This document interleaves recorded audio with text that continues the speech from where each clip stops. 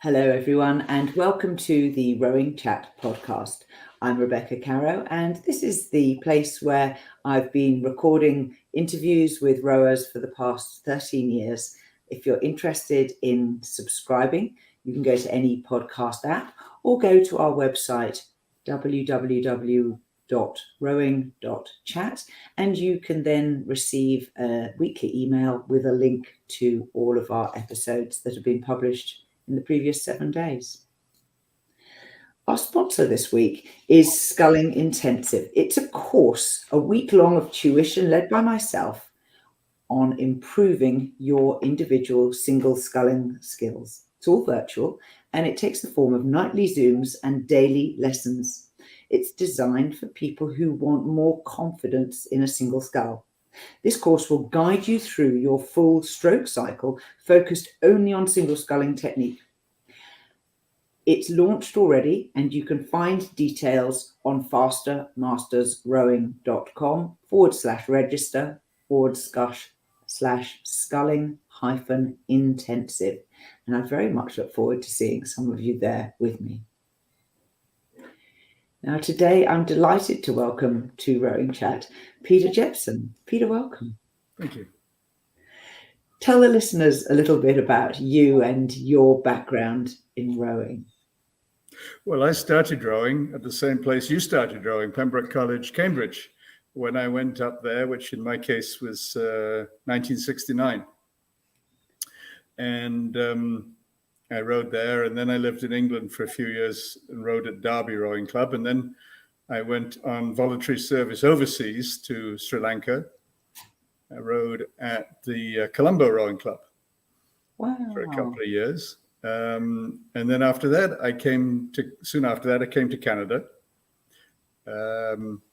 and thought, oh, Canada would be fun for a couple of years. And I've been in North America ever since. First of all, when I got there, I joined Laval Rowing Club. And then bit of a story that the Olympic Basin in Montreal, of course, was created for the 76 Olympics.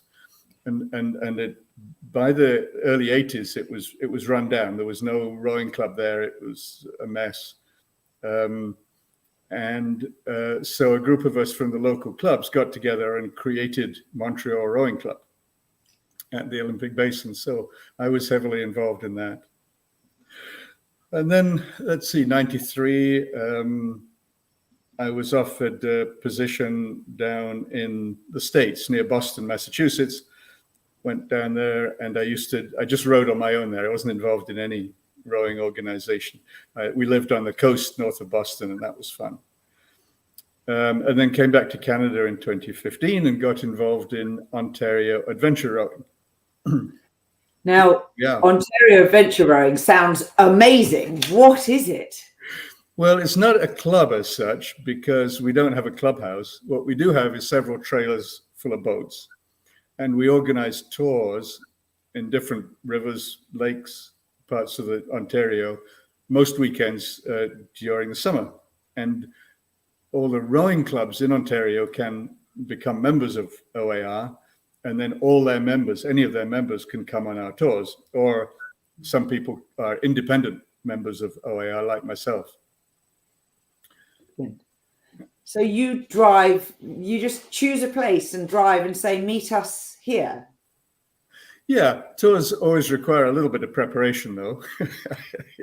You have to work out where you're going to launch and land and make sure there's a good course before you put on a tour. Usually the tours are just one day or weekends. Oh, okay. Fantastic. And that's through your 4 or 5 months of summer. Yeah. So I live next to the Bay of Quinte and I have my own boat that I built myself 20-something years ago. And I enjoy rowing by myself, but then it's fun to row with other people too. And that's why I joined OAR and I go on their tours so that I can row with other people sometimes. Exactly. Now, I first got in touch with Peter because I discovered that he'd been involved in the World Rowing Tour, which is something that FISA runs in different parts of the world most years. Can you tell us a bit about what on earth it is? Well, yeah, tour rowing is touring just like some people go on hiking tours.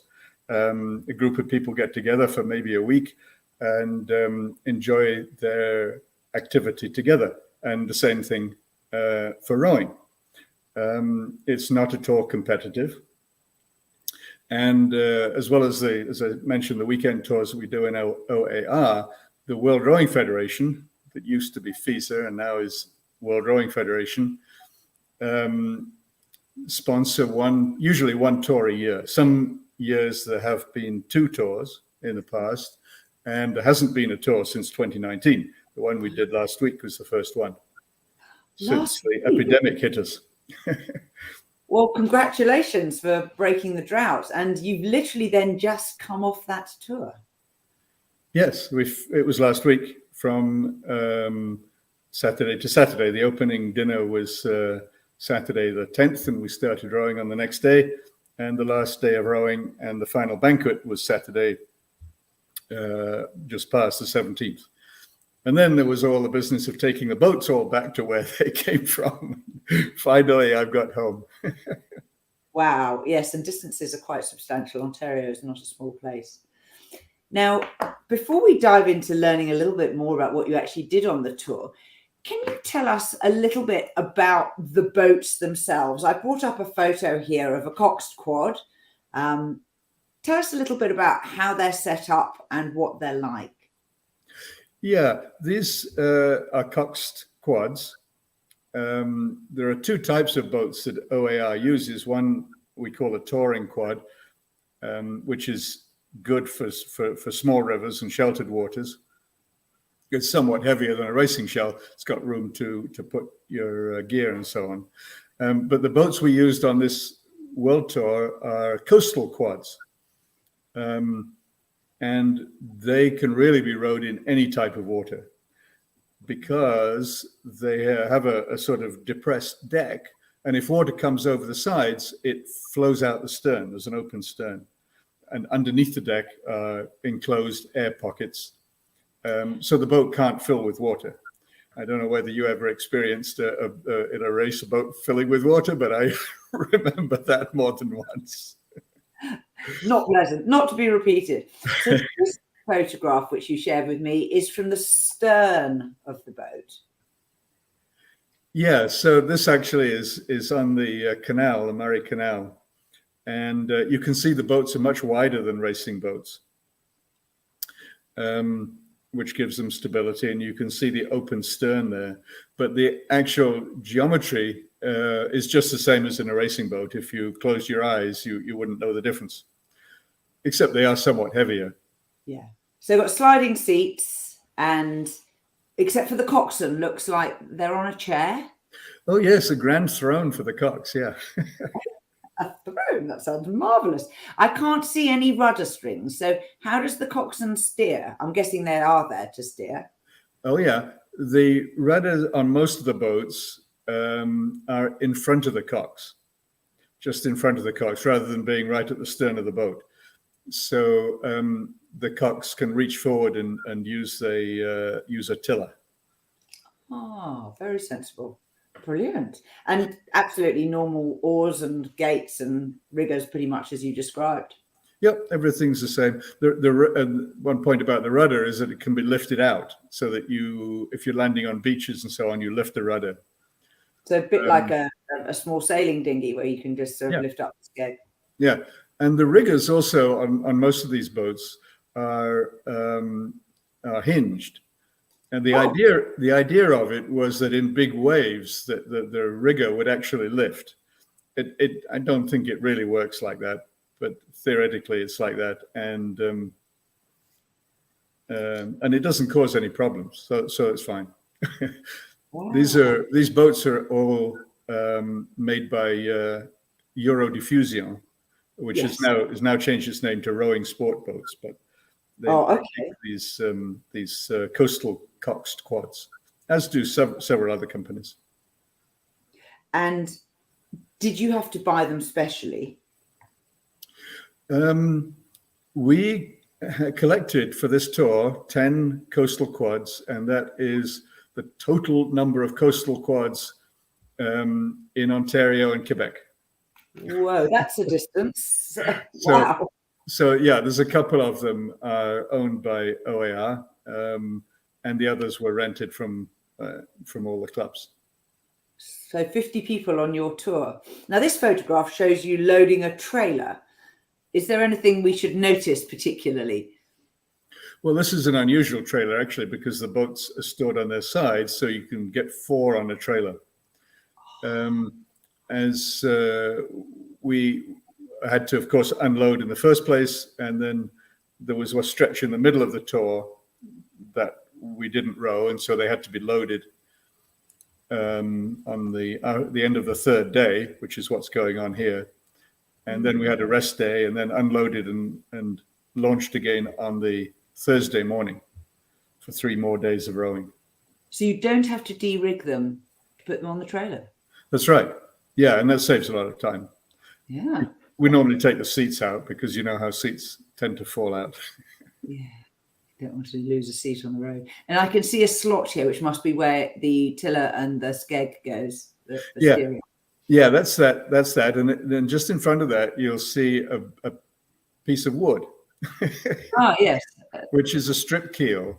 Now, these boats were really designed for round the buoys racing. And so they were designed to turn very quickly.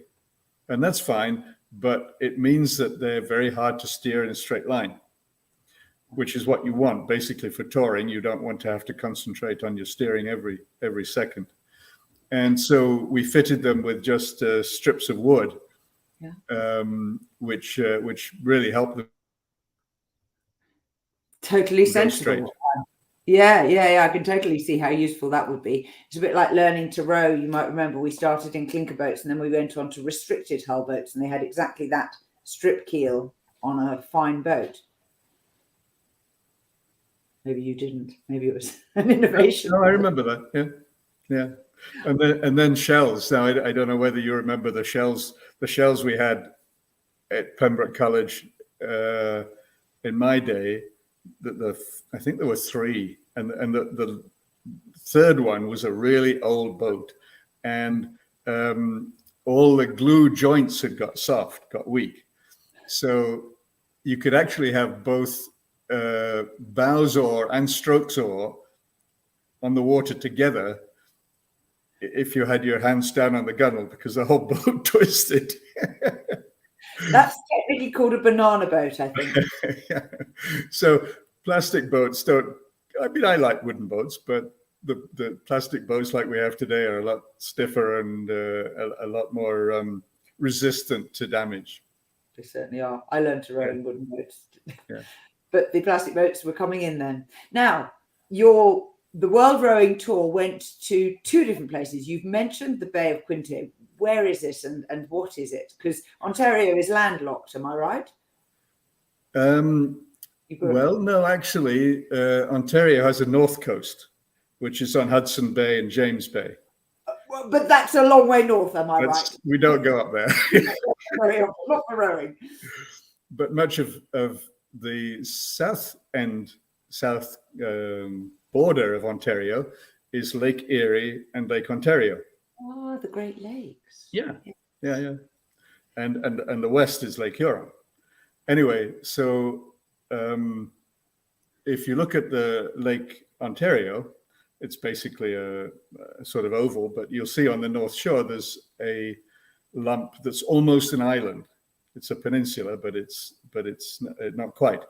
And that's called Prince Edward County. And the waterway between that and the mainland is the Bay of Quinte.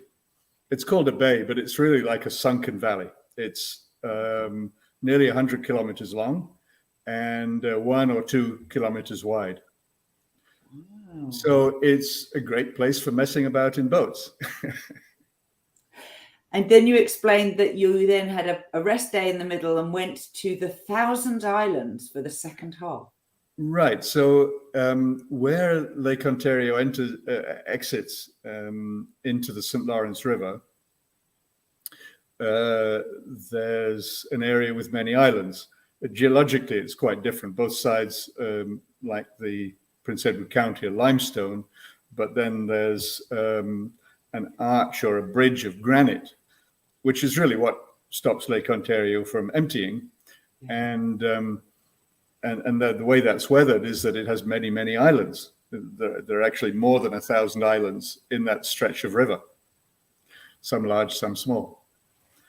So that's the western end of the St. Lawrence River. Wow. So you're technically rowing in the river rather than in Lake Ontario at that point? Yeah, the current is not much. Yeah. Between the two, there was a stretch of close to 50 kilometers, which was A, really too long to try and row in one day, and B, a rather boring stretch. So that's why we stopped and trailered the boats. So tell us, what's a typical day look like on a rowing tour? Well, the participants stayed in hotels. We didn't make them camp or anything like that. The first half in Belleville, which is next to the Bay of Quinte, and the second half in Kingston, which is the end of the Thousand Islands.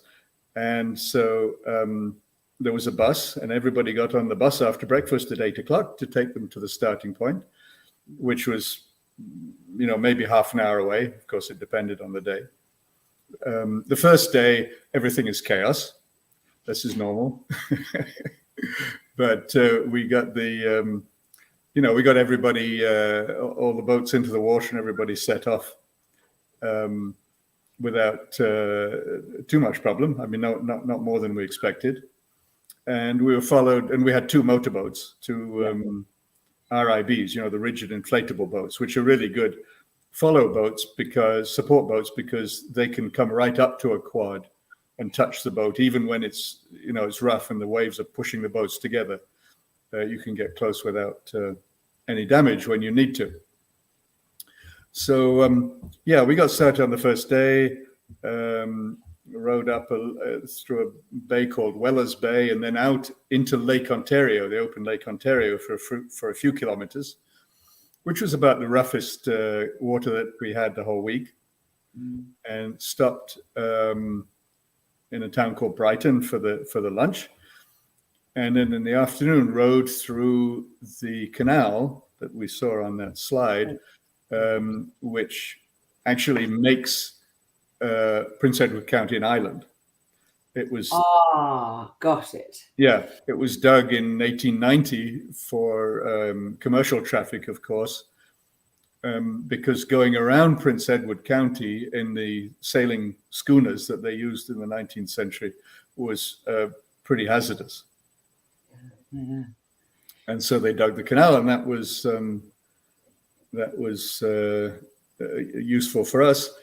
The end of the first day, we stopped at the Trenton Rowing and Paddling Club, which is just near the mouth of the Trent River at the west end of the Bay of Quinte. And the town of Trenton put on a nice dinner for everybody outside the club. Oh, fun! So you met some of the locals as well. Oh yeah, and some Trenton Rowing and Paddling Club members came out to the mouth of the river to greet the tourists and escort them back in. That was nice too. So that was one day, but that was a typical day. And you sent me some glorious photographs, and here we've got a picture of you going down a river with a gigantic green suspension bridge in the background. Can you remember where this is? Oh yes, that is known as the Thousand Islands Bridge. That's the most westerly bridge across the St. Lawrence from the Canada to the US. There are several bridges going downstream as far as Montreal and Quebec, but this is the most westerly one in the Thousand Islands section. You can see some of the little islands here. You can see a tour boat because they take tourists out to look around the islands on day trips. Yes, on the bank here. So this is a tourist boat. Yeah. Wow. So that was the fifth day actually, and our landing spot was almost under the bridge on the Canadian side, which is the left side. There was a small beach there in a provincial park, and that was a nice place to stop. So you didn't need a visa. That's important. No, one of the original ideas was to go over to the American side, but everybody said, no, let's stick to the Canadian side. Watch and wave. Now, this picture has got you rowing past what looks like a defensive structure. Looks like a Martello Tower, but it can't be. No, well, we call them Martel Towers, but that's pretty close. Yeah. And was this to repel invaders in times gone by? Pretty much. It's next to Kingston. And Kingston, Fort Henry is the big fort there, which is in fact where we held the banquet on the final evening. It was a very strategic point, being the eastern end of Lake Ontario and the western end of the St. Lawrence River, and also the southern end of the Rideau Canal, which goes up to Ottawa. And so there was a lot of fussing around here in the War of 1812. And then for a long time afterwards, the Canadians were worried about invasion. And Fort Henry was actually built in the 1830s, as was the Rideau Canal, which goes up to Ottawa. Now, this was my favorite photograph from the ones you sent me. It's the wonderful scene of Canada geese taking off in the foreground with the rowing boats behind. Yeah, and that's a typical scenery. There I can see one or two cottages that are sort of hidden among the trees. There are some areas that cottages all along, because it's a very popular tourist area. So this is on the Lake Ontario, you think? Yes, yeah, that's part of the Bay of Quinte. Wow, wow, wow, wow. Now, tell me a little bit about the intrepid rowers who clearly came from all over the world, since I spotted at least one Swiss flag on the boat. Yeah, they came from 12 countries.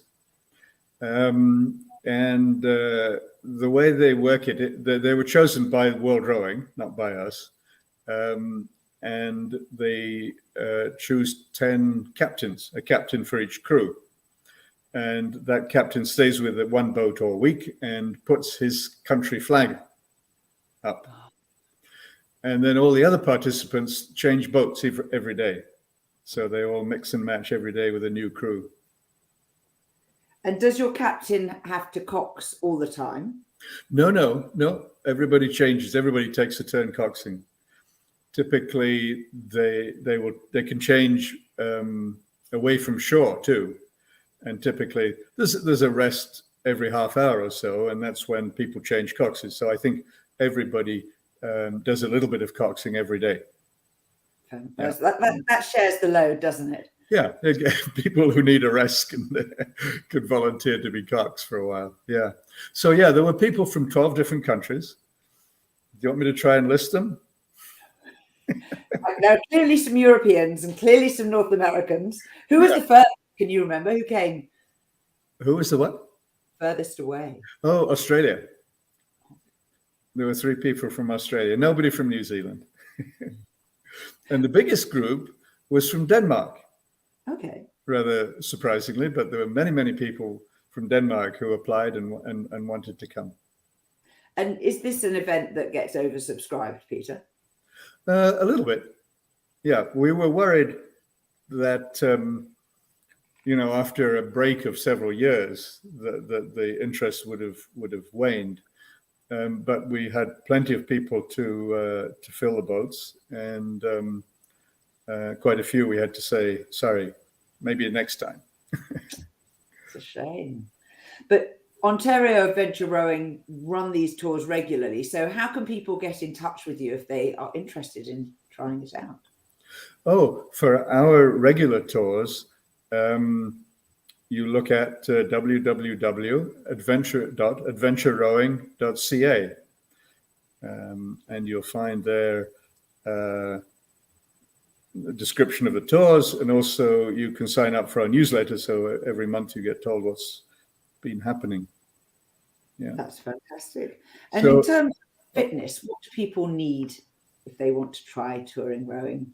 Well, you really need to gradually build up your endurance. Mm-hmm. People shouldn't imagine that if they row for an hour every day, normally row for an hour, that they can then row all day. That's my experience. It doesn't work that way.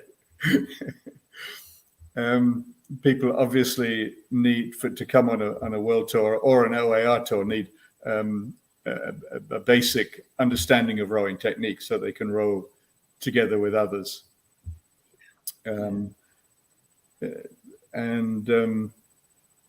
So Ontario Adventure Rowing has held 2 world tours before. We held one in 2002 and one in 2012. And that's why when it came to 2019, actually, we said, hey, we should do 2022. Put in a proposal for 2022. And I hope that Canada at least can carry on every 10 years, maybe not Ontario, because there are great places for touring on the East Coast, the West Coast, and in all sorts of lakes and rivers in between. Yeah, that would be fantastic. Have every 10 years come back to Canada. Yeah. And if you were talking to somebody who'd never done it before, why would they want to choose touring rowing as a holiday, or even just as a day trip? Well, you have to enjoy rowing, first of all. A lot of people were competitive rowers in their youth, and one of the things that really gets me annoyed is the fact that everybody seems to say, oh, I'm 30 now, I can't row anymore. Rowing is a sport for all, as far as I'm concerned. I've carried on since I started at the age of 18. And I think everybody should. And the rowing is not just a high-level competitive sport. We're talking about rowing for all here. So, we want to promote non-competitive rowing, meaning basically tour rowing. Yeah, people can row for fun out of their clubs, but by the time you've been up and down the same waterway 100 times, you feel time for something else, somewhere else. And then, of course, it's like a regatta. If you are competing and you've got a regatta scheduled, you've got to get fit and get ready for it. Same for a tour. You don't say, I don't think I'm going to row today. You say, I got to be ready for this tour. And it's an encouragement. I agree with you about rowing for all. I think it's rowing for all, rowing for life. As long as you can stand up and sit down, you can probably row. Well, we had several people in their 70s who did very well. Yeah. And presumably made new friends. And everybody made new friends, of course, yeah. Quite a few of them have been on previous world rowing tours, and so they helped the new people to get into the swing of things and understand things. And is there space for non-rowing partners to come along? Can they? Yes. Oh, yes. A few of them did. Not so many. Not as many as I was expecting. But they, one or two of them came in the motorboats and the support boats and followed the tour. In the second half of the tour in the Thousand Islands, as well as the 2 smaller support boats, we had a houseboat. So we were able to take guests, as many guests as wanted to come on this houseboat. So that was fun. But in the Bay of Quinte, there were no houseboats to rent, unfortunately. So some of them came with the tour, and a couple of others who I think rented cars did the usual tourist thing. I mean, there's plenty of things to do. Prince Edward County is well known for its wine, and for one thing, and beaches and everything. So there's lots to do around here. So for future information, if anyone fancies a rowing holiday that is, I'm not going to say gentler, different. It sounds like you all worked incredibly hard. You covered 50 miles. Well, the total in 6 days was about 200 kilometers. 200 kilometers, fun. Yeah, the longest day was 37, I think. And then the last day was a short one. The last day was only 19K. because we had to get the boats off, and then everybody wanted to get ready for the banquet. The banquet. So socializing is an important part of touring rowing. Oh, absolutely, absolutely. Both the exercise and making friends and enjoying yourselves, and the cultural thing too. With an international tour, you meet people from different countries. You mentioned there's a little tradition at the final banquet. Yes, there is one that each country, all the participants from each country, make a little presentation of some sort, a presentation of gifts, or or talking for a while about what they've got. The Danish group did something that was a lot of fun. One of them had written a song that could be sung, a simple song, could be sung to the tune of Frère Jacques. And it had many verses, 5 or 6 verses, which were all about the incidents on the tour. And so somebody had written this out in large letters in a scroll of paper. It wasn't toilet paper, but it was that sort of shape. So they got everybody in the room to stand in a big circle. And then one end of the paper was pulled out and gradually passed around. And as the paper came in front of you, you sang the words that were there. Oh, okay. Right? So everybody was singing their own song, just like you sing Frère Jacques. It's a round, isn't it? You sing it in the round, yes. Yeah, it was great fun. What a delightful thing, and very culturally appropriate, I'm sure, because everyone can read, and it's a well-known tune. And well done to the Danes, the creative Danes. Yeah. Peter, thank you. It's been an absolute delight having you on Rowing Chat, and I'm ashamed to say that in all the years that I've been doing this, you're the first touring rower specialist that I have interviewed, and so I'm very pleased that you're here now, and I've broken, the dearth of content. And please send lots of other touring rowers along so we can hear about other people's adventures. I would like to do that. I'd like to promote touring rowing as just a fun thing to do, whether you're competing or not. It's enjoyable. And it's not just for holidays, if I understand correctly. You can just do it for a day. Yes. Yep. So this has been Rowing Chat. It's the podcast for all sorts of people and types of rowing. You can find out more on our website, www.rowing.chat. And please tell your friends and leave a review, because that is what helps spread the word about our podcast. I've been Rebecca Caro. Until next time, bye-bye.